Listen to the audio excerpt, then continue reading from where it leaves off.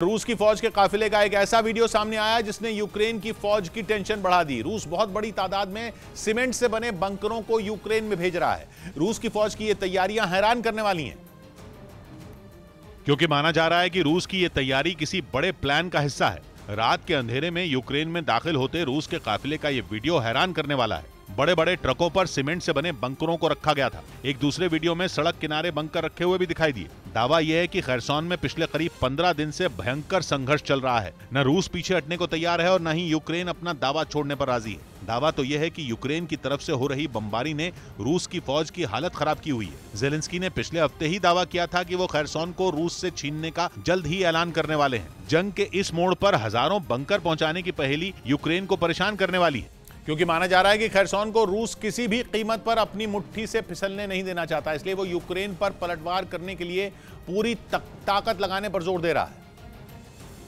और माना जा रहा है कि हजारों बंकरों को पहुंचाना इस दिशा में आखिरी नहीं बल्कि पहला कदम है। सीमेंट से बने मजबूत बंकर किसी भी फौज के सैनिकों के लिए बेहद अहम साबित होते हैं। दुश्मन की बमबारी के वक्त इस तरह के बंकर सैनिकों के लिए किसी किले से कम नहीं होते। मतलब ये कि यूक्रेन की बमबारी की वजह से रूस के कैंप में हड़कंप मचा है। घबराए हुए रूस के सैनिक मोर्चा छोड़कर भाग रहे हैं। इसीलिए रूस अपने सैनिकों के लिए फिक्रमंद है, क्योंकि अगर सैनिकों ने मोर्चा छोड़कर भागना शुरू कर दिया तो खैरसॉन पुतिन की मुट्ठी से रेत की तरह फिसल जाएगा। इसीलिए पुतिन की योजना सैनिकों को सुरक्षा कवच देने की है। यही वजह है कि इतने बड़े पैमाने पर सीमेंट के बंकर खैरसॉन पहुंचाए जा रहे हैं। लेकिन ये अकेली थ्योरी नहीं है, बल्कि कहा जा रहा है कि रूस की फौज की योजना कुछ बड़ा करने की हो सकती है। दावा यह है कि खैरसॉन में यूक्रेन की फौज पर ताबड़तोड़ मिसाइलें बरसाने की योजना बनाई गई है।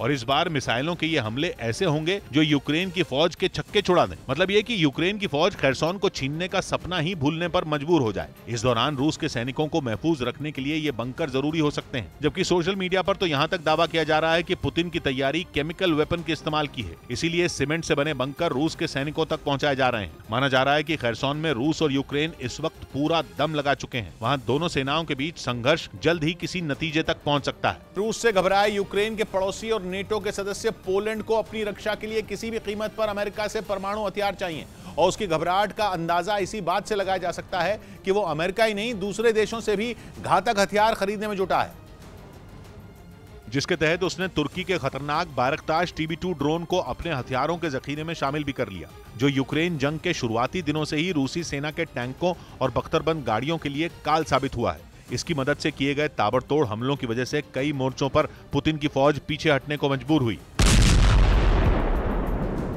और अब पोलैंड तुर्की से इस ड्रोन को खरीदने वाला पहला नेटो देश बन गया। 6 बायरक्तार TB2 ड्रोन की पहली खेप पोलैंड पहुंच भी गई, जबकि डील के तहत पोलैंड को अभी 18 ड्रोन और मिलने हैं। लेकिन रूस से निपटने के लिए पोलैंड की हथियार जुटाने की होड़ इतने पर ही थमती नजर नहीं आ रही। पश्चिमी मीडिया ने दावा किया कि उसने एक बार फिर अमेरिका में अपनी जमीन पर परमाणु बम तैनात करने के लिए बातचीत तेज कर दी, जिसकी वजह है रूस के परमाणु हमले का डर। क्योंकि अगर पुतिन ने पोलैंड पर एटम बम गिराया तो उसके पास अपनी रक्षा के लिए कोई भी परमाणु हथियार नहीं है। और अगर अमेरिका ने पोलैंड को नेटो के न्यूक्लियर शेयरिंग प्रोग्राम का हिस्सा नहीं बनाया तो उस पर आफत आ जाएगी। ऐसे में पोलैंड की टेंशन जायज भी है, क्योंकि जंग की शुरुआत से ही वो खुलकर यूक्रेन के साथ खड़ा रहा है। साथ ही अमेरिका और पश्चिमी देशों से मिले जिन आधुनिक और घातक हथियारों से यूक्रेन पुतिन की फौज को कड़ी टक्कर दे रहा है, वो सभी पोलैंड से होकर उसके पास पहुंचे हैं।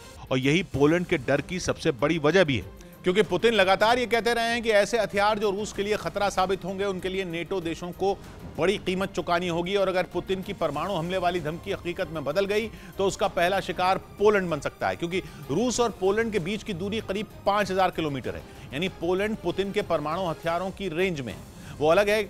वो बात अलग है कि पोलैंड और रूस एक दूसरे के साथ कोई बॉर्डर शेयर नहीं करते, लेकिन पोलैंड की करीब 500 किलोमीटर लंबी सीमा यूक्रेन से लगती है, जहां अपने कब्जे वाले इलाकों से भी रूस उसे निशाना बना सकता है। पोलैंड के डरने की एक और वजह है, वो ये कि वो नेटो और यूरोपियन यूनियन दोनों का हिस्सा है और ये दोनों ही रूस के दुश्मन बने बैठे हैं।